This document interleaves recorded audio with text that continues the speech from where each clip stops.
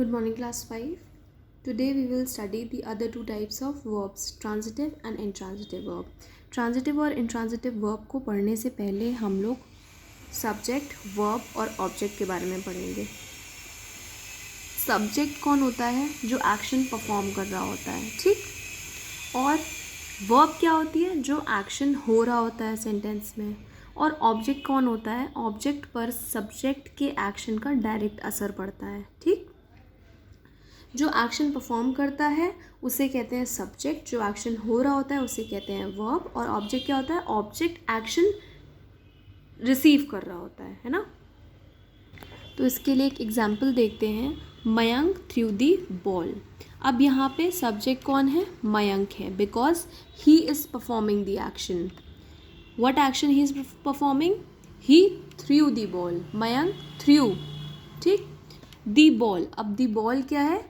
Ball जो है ये एक्शन रिसीव कर रहा है ना? तो ये हमारा हो जाता है सब्जेक्ट. अगर आपको इतना समझ में आ गया हो तो हम लोग ट्रांजिटिव वर्ब की डेफिनेशन से स्टार्ट करते हैं. Verbs that have object are called transitive verb. Transitive verb क्या होते हैं? ट्रांजिटिव वर्ब आपके एक्शन वर्ब होते हैं जिसके पास एक डायरेक्ट ऑब्जेक्ट होता है एक्शन रिसीव करने के लिए, ठीक? For example, Mayank through the ball. अब यहाँ पे मयंक सब्जेक्ट है, ठीक? थ्रू जो है ये वर्ब है और द बॉल जो है ये आपका ऑब्जेक्ट है. तो यहाँ पे ये एग्जाम्पल हो गया ट्रांजिटिव वर्ब का. क्यों? क्योंकि यहाँ पे एक सब्जेक्ट एक्शन परफॉर्म कर रहा है और उसके पास एक ऑब्जेक्ट भी है जिसके ऊपर उसके एक्शन का असर पड़ रहा है, इसलिए ये हो गया ट्रांजिटिव वर्ब, ठीक? अगर यहाँ पे ऑब्जेक्ट नहीं होता तो ये हमारा ट्रांजिटिव वर्ब नहीं होता. ट्रांजिटिव वर्ब के एग्जाम्पल बनाने के लिए हमें सब्जेक्ट भी चाहिए, वर्ब भी चाहिए और ऑब्जेक्ट भी चाहिए, ठीक? सिमिलरली, राधिका लव्स दी पपीज़. अब यहाँ पे राधिका के एक्शन का असर डायरेक्टली पपीज़ पर पड़ रहा है, तो इस सेंटेंस में सब्जेक्ट भी है, वर्ब भी है और ऑब्जेक्ट भी है. That is why it is coming under the example of transitive verbs, ठीक? अब आते हैं इनट्रांजिटिव वर्ब पर. इनट्रांजिटिव वर्ब क्या होते हैं? इनट्रांजिटिव वर्ब्स ऐसे वर्ब्स होते हैं जिनके पास कोई ऑब्जेक्ट नहीं होता है, ठीक है?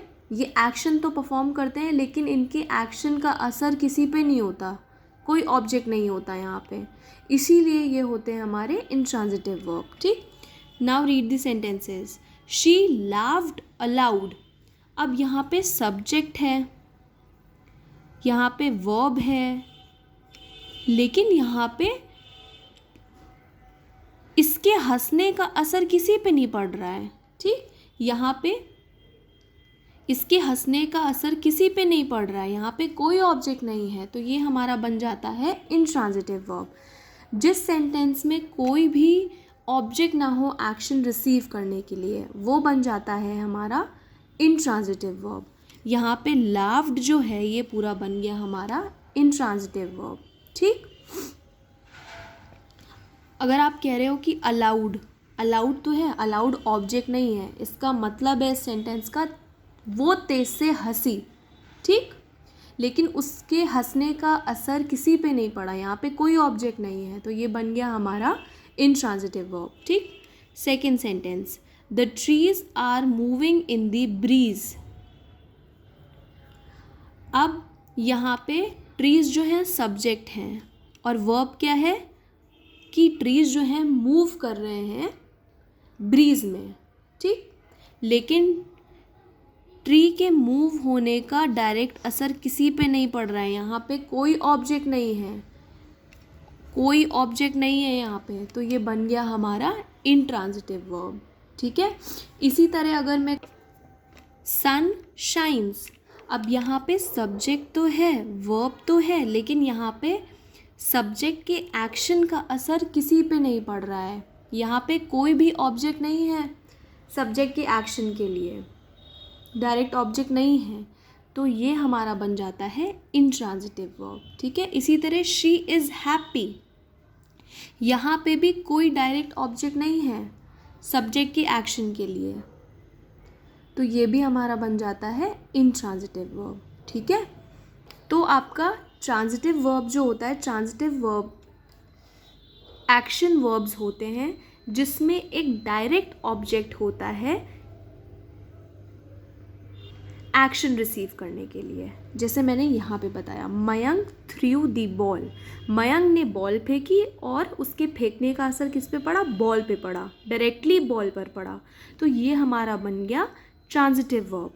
ठीक, राधिका लव्स दी पपीज़, राधिका किसको प्यार करती है, राधिका पपीज़ को प्यार करती है, तो राधिका के एक्शन का असर सीधा पपीज़ पर पड़ रहा है। ठीक है, वहाँ पे